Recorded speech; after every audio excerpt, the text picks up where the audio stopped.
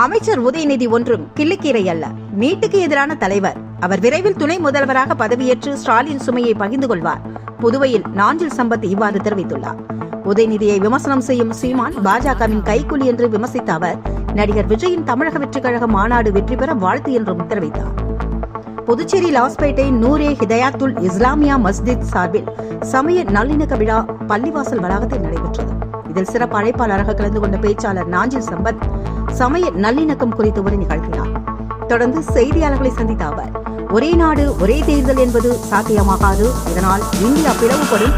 ஒரே நாடு ஒரே தேர்தல் என்கிறார்கள், அப்படியானால் ஹரியானாவில் தேர்தல் நடக்கிறது, மகாராஷ்டிராவில் ஏன் நடத்தவில்லை என்று கேள்வி எழுப்பிய அவர், ஒரே நாடு ஒரே தேர்தல் என்பது சாத்தியமில்லை, இது முட்டாள்தனமான முடிவு என்றார். ராகுல் காந்தியை அச்சுறுத்தியோ உயிர் பயத்தை காட்டியோ அவரை மிரட்ட முடியாது.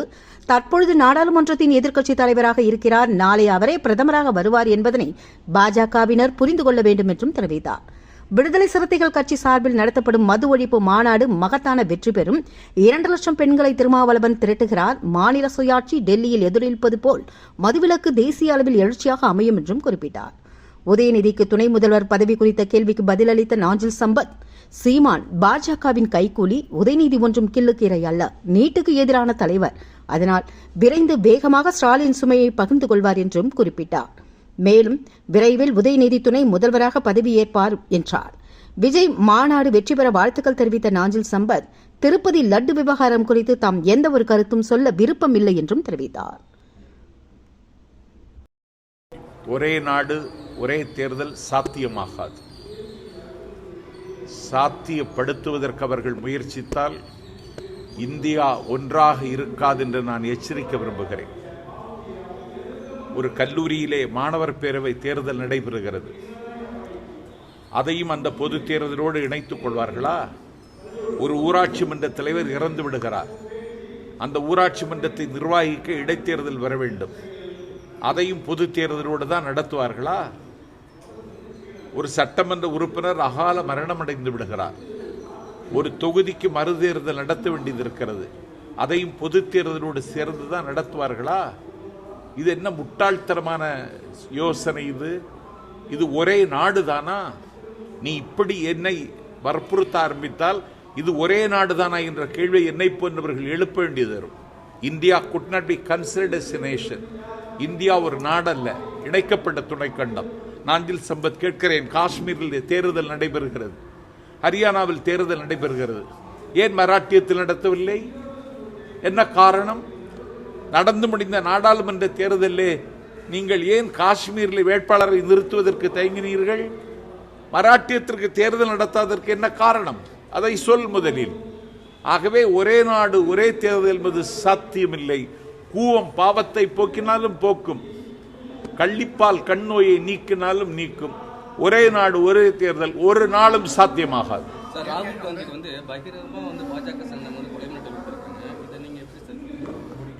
அவர்கள் அவருடைய தரத்தை வெளிப்படுத்துகிறார்கள்.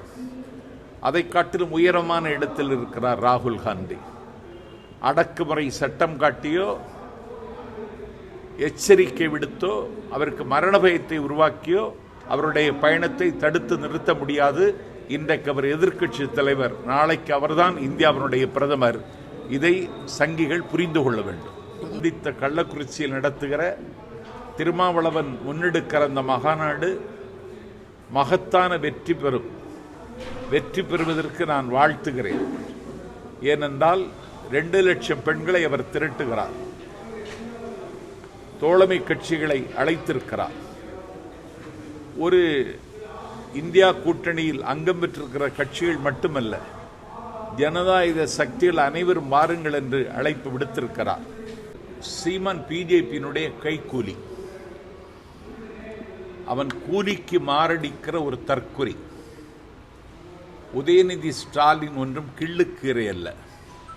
உதயநிதி ஸ்டாலின் மக்களால் தேர்ந்தெடுக்கப்பட்ட திருவல்லிக்கேணி சேப்பாக்கம் தொகுதியின் சட்டப்பேரவை உறுப்பினர், 1000 பிறைகின்ற திமுகவின் இளைஞரணி செயலாளர். 100 ஆண்டு கால திராவிட இயக்க வரலாற்றில் இளைஞர்களுக்கு கொள்கை பயிற்சி தர வேண்டும் என்று 250 பாசறை கூட்டங்களை நடத்தியவர்.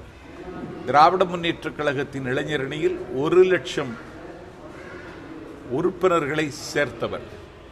நீட்டுக்கு எதிரான வேள்வியில் பொதுமக்களிடம் 1,00,000 பேரிடத்தில் கையெழுத்து வாங்கி குடியரசுத் தலைவரிடம் கொடுத்தவர்.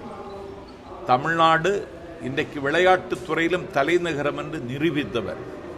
ஆகவே விரைந்தும் வேகமாகவும் அண்ணன் ஸ்டாலினுடைய சுமையை பகிர்ந்து கொள்ளுகிற, திராவிட இயக்க தோழர்களின் கனவுகளுக்கு சிறகுகள் தயாரிக்கிற உதயநிதி ஸ்டாலின் இந்த மண்ணில் முதலமைச்சர் துணை முதலமைச்சர் ஆவதற்கான நேரம் நெருங்கிவிட்டது.